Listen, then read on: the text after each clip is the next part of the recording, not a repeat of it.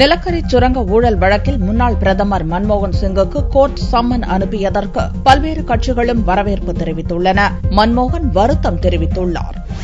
நிலக்கரி சுரங்க ஊழல் வழக்கில் தனக்கு சம்மன் அனுப்பியிருப்பது மிகுந்த மனவேதனையை அளித்திருப்பதாக கூறிய முன்னாள் பிரதமர் மன்மோகன் சிங், இதெல்லாம் வாழ்க்கையில் சகஜம் என்பதால் வழக்கை எதிர்கொள்ள தான் தயாராக இருப்பதாகவும் கூறினார். இறுதியில் உண்மை வெல்லும் என்றும் மன்மோகன் சிங் நம்பிக்கையுடன் கூறினார். அதே நேரத்தில் மத்திய அமைச்சர் பிரகாஷ் ஜவடேகர் மன்மோகன் சிங்குக்கு சம்மன் அனுப்பியதன் மூலம் பாரதிய ஜனதாவின் ஊழல் குற்றச்சாட்டு நிரூபணமாகி இருப்பதாக கூறினார். காங்கிரசார் செய்த ஊழல்களால் மன்மோகனுக்கு இந்நிலை ஏற்பட்டுள்ளதாகவும் கூறிய ஜவடேகர், இதற்காக நாட்டு மக்களிடமும் மன்மோகனிடமும் காங்கிரஸ் மன்னிப்பு கேட்க வேண்டும் எனவும் தெரிவித்தார். இந்நிலையில் மன்மோகன் சிங்குக்கு நீதிமன்றம் சம்மன் அனுப்பியிருப்பதன் மூலம் சட்டத்தின் முன் அனைவரும் சமம் என்பது உறுதி செய்யப்பட்டிருப்பதாக ஐக்கிய ஜனதா தள தலைவர் சரத் யாதவ் கூறினார். कानून के सामने सब बराबर है, इसलिए सवाल को पूछने का क्या मतलब है?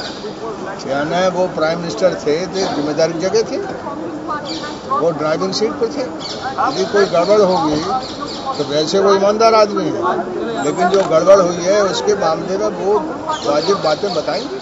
நிலக்கரி சுரங்க ஒதுக்கீட்டில் மன்மோகன் சிங் பிரதமராக எந்த தவறையும் செய்யவில்லை என்றும் நேர்மையுடனும் வெளிப்படையாகவும் அனைத்து முடிவுகளையும் எடுத்ததாக காங்கிரஸ் எம்பிக்கள் கூறினர். Well, first of all, it needs to be understood that the Supreme Court, which looked at the entire issue of coal allocations, did not even pass a whisper of a stricture against the former Prime Minister or, for that matter, any other functionary of the UPA government. If a subordinate court has arrived at a certain conclusion, it will have to be seen what is the basis of that conclusion. நிலக்கரி சுரங்க ஒதுக்கீடு கோரும் ஹிண்டால்கோ நிறுவனத்தின் கடிதத்தை நிலக்கரித்துறை செயலாளருக்கு மன்மோகன் சிங் அனுப்பியது எப்படி குற்றமாகும் என்று மூத்த சட்ட நிபுணரும் ராஜ்யசபா எம்பியுமான KDS துளசி கேள்வி எழுப்பியுள்ளார்.